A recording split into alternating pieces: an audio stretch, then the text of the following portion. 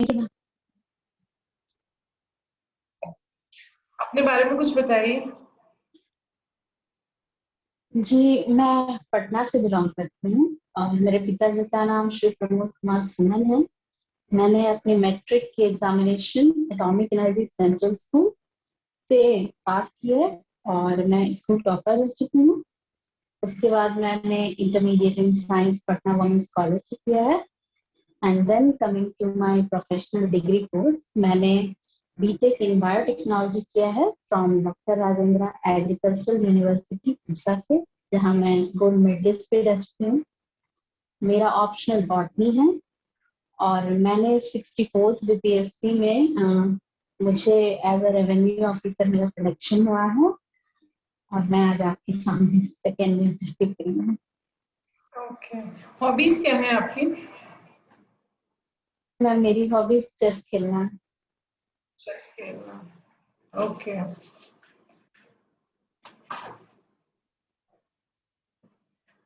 बिहार का जो प्रथम रामसर क्षेत्र है वो कहाँ स्थित है, बताएंगे आप? Ma'am, sorry ma'am, I am unable to recall right now.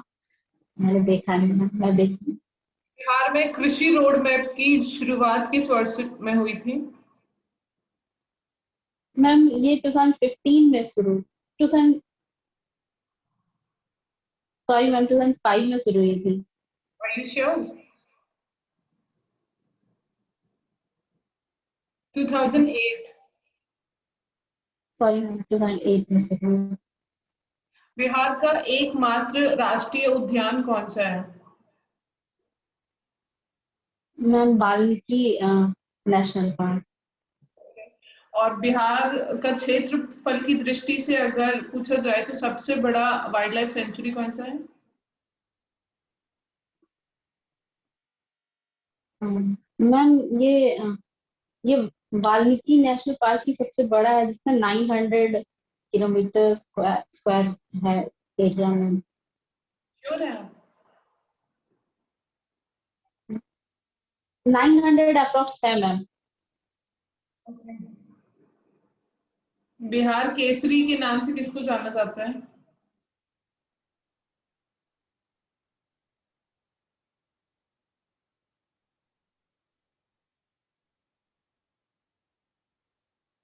Sorry ma'am, मैं नहीं रिकॉल कर पा रही हूँ। अभी G7 समिट हुआ था, कहाँ उसका हेल्ड हुआ था ये G7 समिट, बताएंगी? मैम, G7 यूके में हुआ था मैम, ब्रिटेन। अंतर्राष्ट्रीय युवा दिवस कब मनाया जाता है?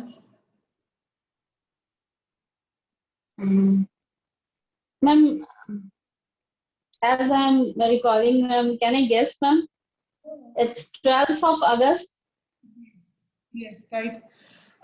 रुचि जी, आप एक ऑफिस में अपना जॉब करती हैं, तो आपके ऑफिस में एक महिला कर्मचारी हैं, वो एक दिन आपके पास आती हैं और आपको बताती हैं कि उनके साथ यौन शोषण हुआ है, ठीक है? और जिन्होंने उनके साथ ये घटना की है, घृणात्मक जो घटना हुई है उनके साथ, वो आपके सीनियर ऑफिसर हैं। ओके। अब ऐसी परिस्थिति में आप क्या करेंगी? जी मैम। मैम, सबसे मैं पहले तो मैं ये खुद अपने लेवल पे इंस्पेक्ट करूंगी जो एलिगेशंस लगाए गए हैं, वेदर इट इज राइट और नॉट।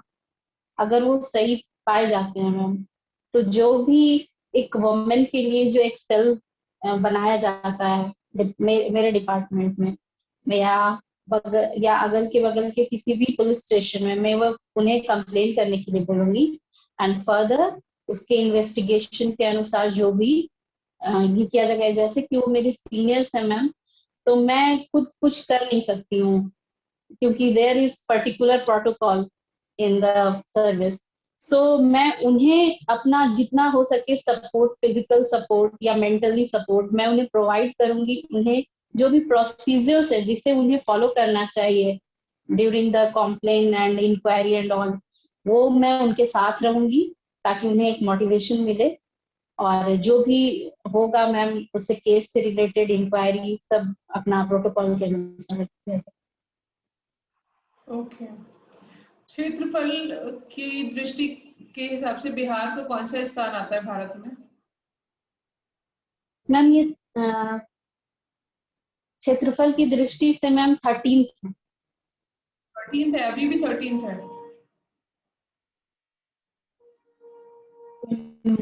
मैं रिसेंटली तो मैम देखी नहीं, लेकिन मुझे जैसा याद है कि 13th है।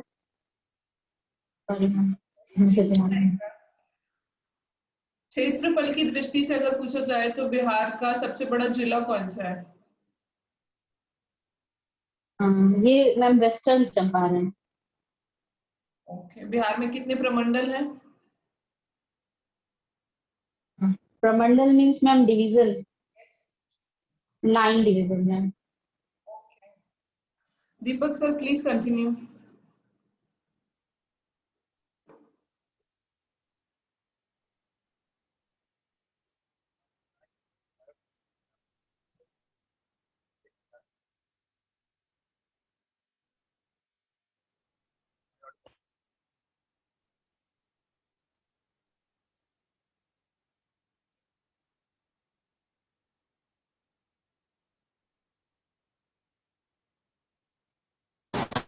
जी मेरी आवाज आ रही है क्या?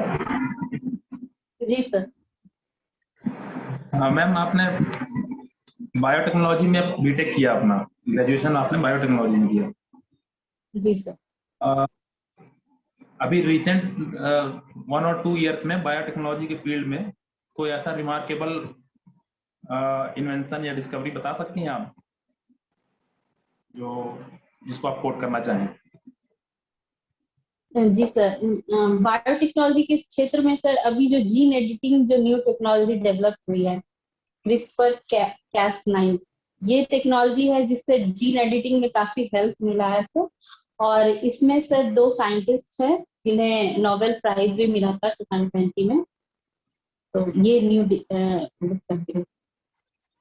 क्या है ये टेक्नोलॉजी, इसके बारे में कुछ डिटेल बता पाएंगे? जी सर। सर इससे सर जीन एडिटिंग में हेल्प मिलती है। मीन्स ये जो क्रिस्पर है इसका फुल फॉर्म होता है sir clustered regularly interspaced short repeated palindromic repeats, इसका जो फुल फॉर्म है। और कैस9 एक सर एसोसिएटेड एंजाइम है इससे रिलेटेड, जो कि एक पर्टिकुलर रिकॉग्निशन साइट पे वो काटता है, और इससे हम लोग for the addition of the foreign gene, इससे हम लोग को हेल्प मिलता है सर। इसमें सर जो नोबेल प्राइज मिला सर वो इमैनुअल इमैनुअल चार्पेंटियर और जेनिफर डोडना को मिला था 2020 में।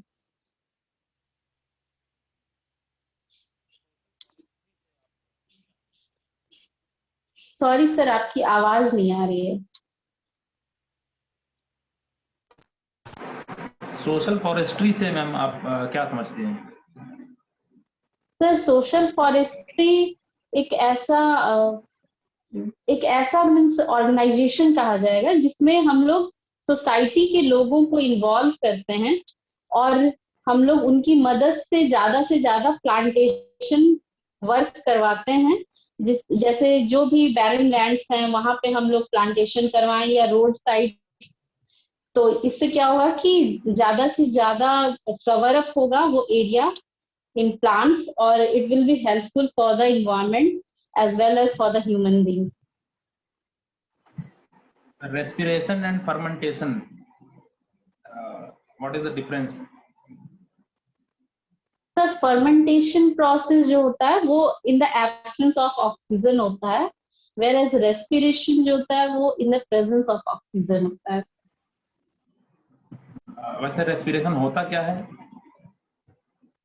तो जो भी इनटेक ऑफ ऑक्सीजन और जो एक्सपिरेशन ऑफ कार्बन डाइऑक्साइड जो होता है सर, इसमें जो है हम लोग के जो फूड पार्टिकल्स हैं उन्हें तोड़कर उनसे एनर्जी प्रोडक्शन होता है सर, ये रेस्पिरेशन के प्रोसेस से। और फर्मेंटेशन में क्या होता है? Sir fermentation process same process की चीज होता है, लेकिन उसमें सर ऑक्सीजन नहीं होता है सिर्फ, जिससे इथाइल अल्कोहल फॉर्मेशन होता है फाइनली। अभी पूरी दुनिया वायरस से परेशान है, जी सर। तो वायरस क्या होता है थोड़ा समझाइए आप, कि एक लेमैन को सर समझ में आ जाए कि वायरस क्या है। सर वायरस एक सब माइक्रोस्कोपिक जिसका रेंज 100 एंगस्ट्रम से लेके 2500 एंगस्ट्रम पार्टिकल होते हैं, जो कि कैपेबल होते हैं of infecting the living cells, और वो उस लिविंग सेल्स को ऑक्यूपाई करके उसके मशीनरी को आप होल्ड कर लेते हैं। They are regarded as the connecting link between the living and the non living. कहा जाता है सर कि ये कभी मरते नहीं है, ये जस्ट डॉर्मेंट पोजीशन पे रहते हैं, और जब भी उन्हें मौका मिलता है लिविंग सेल्स के कांटेक्ट में आते हैं, they just regain the machinery of that cell and start replicating. Genetic engineering से आप क्या समझते हैं? सर जेनेटिक इंजीनियरिंग एक ऐसा प्रोसेस है जिसके थ्रू हम लोग जीन लेवल पे एडिटिंग कर सकते हैं। Gene technology means recombinant DNA technology का यूज कर सकते हैं सर हम जेनेटिक इंजीनियरिंग के। अभी इसके क्या बेनिफिट्स हो सकते हैं ह्यूमन सोसाइटी के लिए, या किसी एक आम आदमी के लिए? मतलब जेनेटिक इंजीनियरिंग के क्या प्रोस्पेक्ट्स हैं?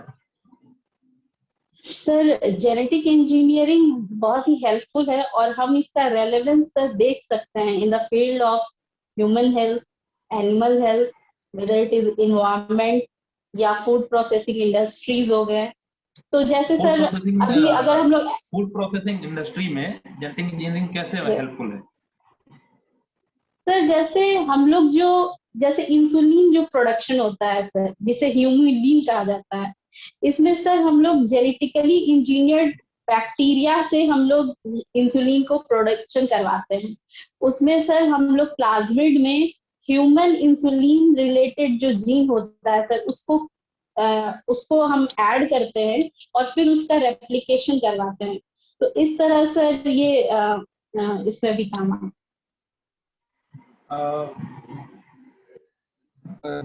जीन एडिटिंग से रिलेटेड न्यूज में आपने सुना होगा कि लोग फैंसी बेबीज के लिए कोशिश करते हैं, तो उसके एथिकल एस्पेक्ट के बारे में मतलब आप क्या सोचती हैं? सपोज कीजिए किसी को ब्राउन हेयर्स वाला बेबी वांछित है, लेकिन समहाउ टेक्नोलॉजी कोई ग्लिच हुआ और ब्राउन हेयर की जगह ब्लैक हेयर वाला अगर बेबी हुआ, तो मतलब इसमें एक जो एथिकल एंगल है उसके बारे में आप कैसे सोचती हैं, वो कैसे एड्रेस हो सकता है? जी सर ये कहा जाता है सर, ये जो बेबी डिजाइनिंग की जो बात कही गई है सर, इसमें होता है कि आपको जो कैरेक्टरिस्टिक पसंद है उसके अनुसार वो जीन उसमें बेबी में डाल दिया जाता है। लेकिन सर इसके एथिकल इश्यूज ये है कि ये एक नेचुरल प्रोसेस को हम लोग ये इंटरप्ट कर रहे हैं। साथ ही साथ सर ये एक डिमार्केशन लाएगा between the rich and the poor who are not able और they can't afford for the baby design. तो एक सोसाइटी में भी एक डिफरेंशिएट क्रिएट होगा। साथ ही साथ सर इससे ये भी पॉसिबिलिटीज है कि वो एक एबनॉर्मल जीन में बदल जाए, उसमें म्यूटेशन हो जाए और वो एक एबनॉर्मल बेबी के डेवलपमेंट में ये हो। तो ये सारे सर इसके एडवर्स इफेक्ट है, और इसको कंट्रोल करने के लिए सर वेरियस एजेंसीज बनाई गई हैं जो ये सब वर्क देखती हैं। वेरियस एजेंसीज में से can you name some of them और any one of them? Sir जैसे इंडिया में सर RDAC है, रिकॉम्बिनेंट डीएनए अप्रूवल कमेटी, और एक सर GEAC है, जेनेटिक इंजीनियरिंग अप्रूवल कमेटी। ये दोनों सर जो भी GMO ऑर्गेनिजम्स होते हैं उसके जो ट्रायल होते हैं उनका मॉनिटरिंग करती है और अप्रूवल भी देती है। माइक्रो ऑर्गेनिजम्स का यूज पॉल्यूशन कंट्रोल में भी होता है। जी सर। तो can you cite some micro organisms where they are used for pollution control and related?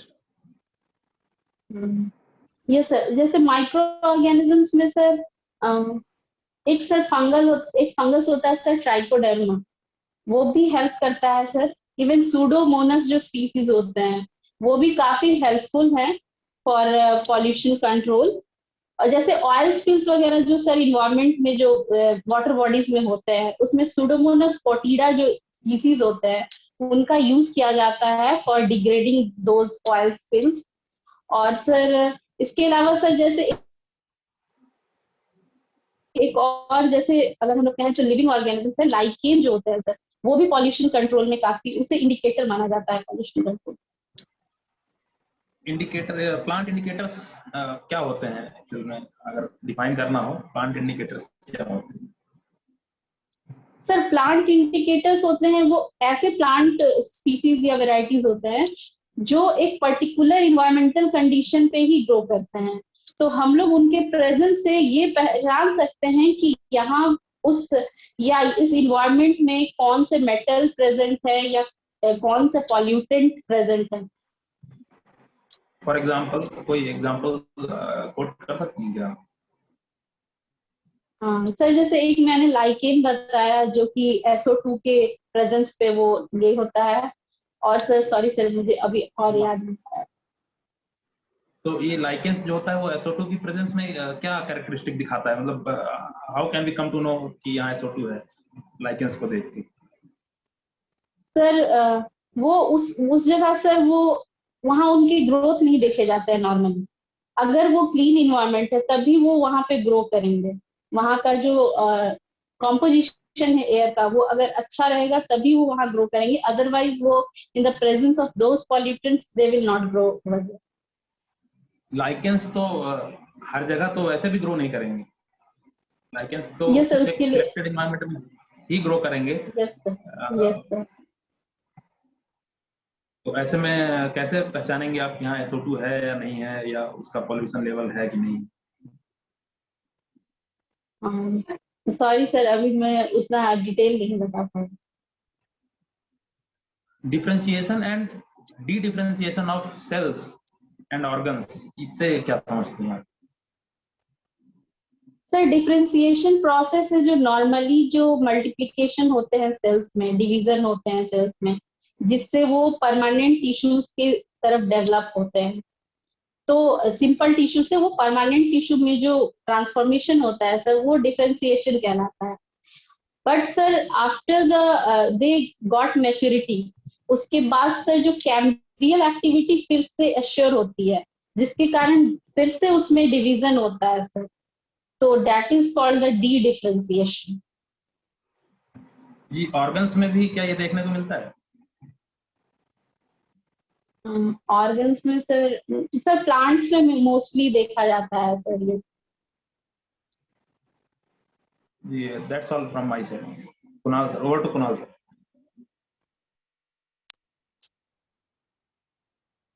मेरी आवाज आ रही है आप तक? Yes sir. आपका जो हॉबी है वो चेस है। जी सर। अभी ग्रैंड मास्टर कौन है? सर अभी अभी हाल ही में सर अभी मन्यु मिश्रा जो कि सबसे यंगेस्ट ग्रैंड मास्टर बने हैं। ये ग्रैंड मास्टर कैसे डिसाइड होता है? कौन सी एजेंसी काम करती है इसके लिए? सर FIDE होती है एक ऑल ये इंटरनेशनल लेवल पे ये इंटरनेशनल चेस फेडरेशन जो होती है FIDE वही सर रेटिंग्स देती हैं। जिनका रेटिंग 2500 से ज्यादा होता है सर उनको एज अ ग्रैंड मास्टर ये किया जाता है, डिनोट किया जाता है। और साथ ही साथ दूसरे भी कुछ है रूल्स जो तो चेस ये चैंपियनशिप जो जीते हैं उन्हें भी ग्रैंड मास्टर में include किया है। ग्रैंड मास्टर और वर्ल्ड चैंपियनशिप डिफरेंट है दो या सेम है? सर डिफरेंट है सर। ठीक है। न्यूज़पेपर आज का आपने देखा? जी सर। क्या है न्यूज़पेपर में आज का जो हेडलाइंस है आपके ओपिनियन में जो इम्पोर्टेंट है बहुत ज्यादा? सर जैसे आज की न्यूज में सबसे इम्पोर्टेंट है सर जो टोक्यो में ओलंपिक हो रहे हैं उसमें मीराबाई चानू जो मणिपुर की हैं उन्होंने वेट लिफ्टिंग में सर सिल्वर मेडल जीता है। और सर ये सबसे इम्पोर्टेंट लगा मुझे। साथ ही साथ सर जो अभी COP26 की मीटिंग होने वाली है सर, उसमें इंडिया की तरफ से ये प्रस्ताव रखा जा रहा है सर कि जो ये यू, जो यूरोप कंट्रीज वगैरह जो है वो लोग जो एक एजेंडा लाइन थी कि 2050 तक वो जीरो कार्बन इमिशन को टारगेट को फुलफिल करेंगी। तो इंडियन गवर्नमेंट ने कहा है कि ये टारगेट एक तरह का डिफरेंशिएशन क्रिएट करेगा, और जो अभी उनके तरफ से ये सुझाव दिया गया है कि 2030 तक जो डेवलप्ड कंट्रीज हैं उन्हें अपना जो नेशनल एवरेज है, वो एक ग्लोबल एवरेज जो है वहां तक उन्हें अपना करना चाहिए रिडक्शन कार्बन इमिशन का। क्योंकि डेवलप्ड कंट्रीज को जो भी डेवलपमेंट करना था उन्होंने कर लिया, but developing countries they are not up to that level कि वो लोग अभी डेवलपमेंट किए हैं। तो ये एक तरह का रेस्ट्रिक्शन हो जाएगा कि कोई भी कंट्रीज कार्बन इमिशन ना करे। तो ये इंडिया की तरफ से सुझाव है कि आप लोग जो डेवलप्ड कंट्री हैं उन्हें अपना करना चाहिए और ग्लोबल एवरेज पे लाना चाहिए, रेस्ट कंट्रीज को मौका दिया जाए। इसके अलावा ये दो आपने न्यूज बताया, इसके अतिरिक्त इसके अलावा सर एक यूएन की रिहैबिलिटेशन ऑर्गेनाइजेशन जो है उनका एक रिपोर्ट आया है कि अप टू 84 मिलियन पीपल हैं जो कि वायलेंस और जो भी वायलेशन ऑफ ह्यूमन राइट्स इनके कारण माइग्रेशन में इतने पीपल इन्वॉल्व रहे हैं सर। इसमें नंबर 1 कौन सा newspaper sir times of India sir. Editor कौन है उनके? सर जयदीप बोस। ठीक है, अभी एक सिचुएशन देता हूं मैं आपको। आप डीएसपी हैं और आपके पास पुख्ता इनपुट है बिल्कुल कि वहां के जो स्थानीय विधायक हैं उस क्षेत्र के, उनके लाइफ को थ्रेट है।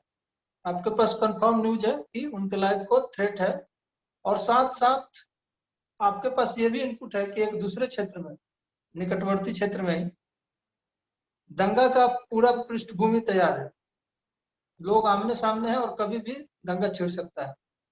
आपका जो होगा पर्सनल विजिट कहाँ होगा आपके विचार से? आप कहाँ जाना प्रेफर करेंगे? सर मैं उस लोकल एरिया में जाना चाहूंगी जहाँ पे दंगा होने वाला है, जहाँ से इंफॉर्मेशन आई है। क्योंकि सर जहाँ तक ये विधायक का है जिनके जान को खतरा है, वहां मैं प्रोटेक्शन और वेरियस फोर्स को लगा सकती हूँ। बट मैं उस एरिया में खुद विजिट करना चाहूंगी जहाँ दंगा होने की संभावना है और लोग वहाँ पे इन्वॉल्व होने वाले हैं, ताकि मैं खुद जाकर वहां पर बात कर सकूं और लोगों को समझा सकूं। आपका पर्सनल विजिट वहां पे किस प्रकार से आपको लग रहा है कि ज्यादा हेल्पफुल होगा उसके तुलना में, विधायक के यहाँ जाने की तुलना में? क्या आप वहां पे जाकर पर्सनली कर सकते हैं जो आपके जो असिस्टेंट हैं, सबऑर्डिनेट्स हैं, वो नहीं कर पाए? ऐसा क्या आप कर सकती हैं?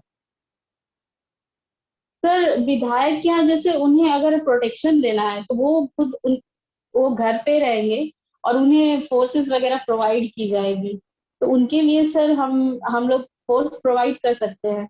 वेयर जहाँ दंगा हो रहा है सर वहाँ लोकल पीपल इन्वॉल्व हैं, तो वहां पे जाकर जब तक खुद उन्हें कन्विंस ना किया जाए, अगर एक ऑथोरिटी गेन पर्सन जब तक वहां जाकर खुद सुलझा कर उन सबसे बात ना करे तब तक वो सिचुएशन सॉल्व नहीं हो सकती है सर। तो मुझे लगता है वहां मेरा पर्सनली जाना ज्यादा अच्छा है। ठीक, ये बेनेडिक्ट सॉल्यूशन क्या है? सर ये एक सॉरी सर मुझे याद नहीं आ रहा है। क्या मैं गेस कर सकती हूँ sir? Glucose glucose test sir करने में सर बेनेडिक्ट सॉल्यूशन का यूज होता है। हाँ,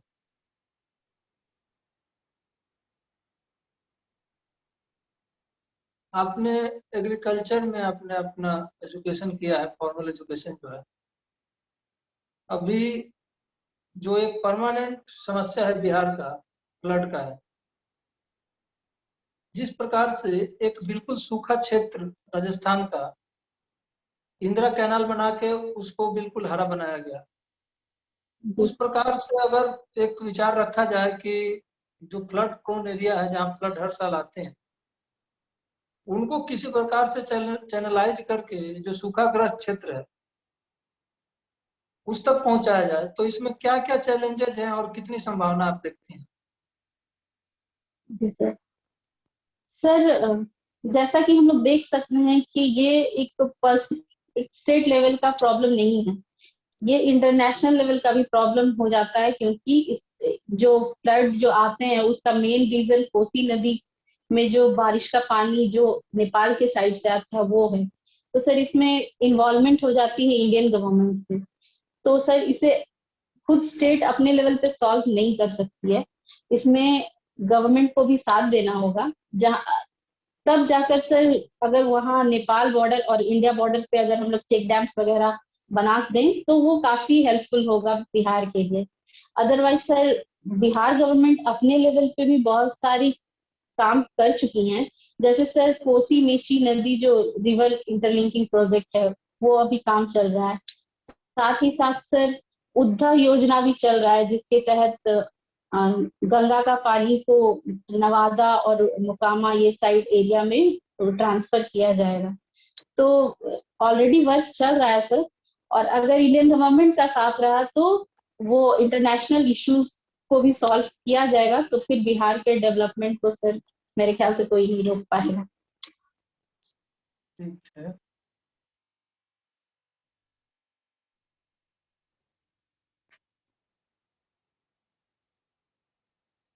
ये जो एक वैश्विक लोकतांत्रिक सूचकांक होता है उसमें भारत का कौन सा स्थान है, आपको पता है? सॉरी सर, मैं अभी मुझे याद नहीं है। अच्छा ठीक है, मैं बता देता हूँ। हेल्थ में 100+ है इसका पोजीशन। इसके पीछे आप कुछ कारण बता सकते हैं कि इतना ज्यादा क्यों है, इतना खराब रैंक ही कहा जाएगा, जबकि सबसे बड़ा लोकतंत्र कहा जाता है अपने देश यस सर। सर कुछ कुछ ऐसे जैसे इश्यूज आ जाते हैं सर, जिसके जैसे कि अभी जो एग्रीकल्चर बिल आया है सर, उसमें किसान आंदोलन वगैरह हो रहे हैं। तो सर कुछ ऐसे इश्यूज आ जाते हैं जिसके कारण हमारे देश में जो एक अनरेस्ट पोजीशन आ जाती है, जिसके कारण ये रैंकिंग सर फ्लक्चुएट करने लगती है सर। तो अभी मेन तो इशू सर ये एग्रीकल्चर बिल रिलेटेड है। अब सर नया आया है एक स्पाईवेयर जो इजराइल की कंपनी है उसका इश्यूज आया है, जिसके कारण अभी तक इतना अनरेस्ट क्रिएट हो रहा है, और पार्लियामेंट में भी सर वो भी वर्क नहीं कर पा रही है प्रॉपरली। तो ये सारे जो सिनेरियो है सर, ये सब इम्पैक्ट डालते हैं सर रैंकिंग, जिसके कारण ये रैंकिंग में इफेक्ट पड़ा। कोई भी कंट्री है तो उसके अपने चैलेंजेस तो होते ही हैं। उस चैलेंज को कैसे रिड्रेस किया जाता है ये ज्यादा इम्पोर्टेंट है गवर्नमेंट की तरफ से, तभी इसमें इंडेक्स अप होगा। तो आपको क्या लग रहा है कि जो यहाँ की गवर्नमेंट है वो सही स्टेप नहीं ले रही है? ये जो एग्रीकल्चर का जो आंदोलन हो रहा है कृषि के लिए, तो उसमें आपको क्या लग रहा है, क्या पक्ष होना चाहिए था गवर्नमेंट का और क्या है या सही है? सर गवर्नमेंट अपने लेवल से सर बहुत प्रयास ऑलरेडी कर रही है। वो अभी भी ये तैयार है कि हाँ डिस्कशन किया जाए टॉपिक वाइज इश्यूज पे, उस पे बात करके उन्हें रिजॉल्व किया जाए। और सर अभी तो होल्ड पे लगा दिया गया है बिल को, पर और देखिए सर आगे क्या डिसीजंस होते हैं गवर्नमेंट के। पर गवर्नमेंट भी अपने लेवल पे काफी ट्राई कर चुकी है और कर भी रही है सर। मुझे लगता है आगे फ्यूचर में सर कुछ एक मिडिल पाथ निकाला जाएगा और ये जल्दी ही सॉल्व हो जाएगा।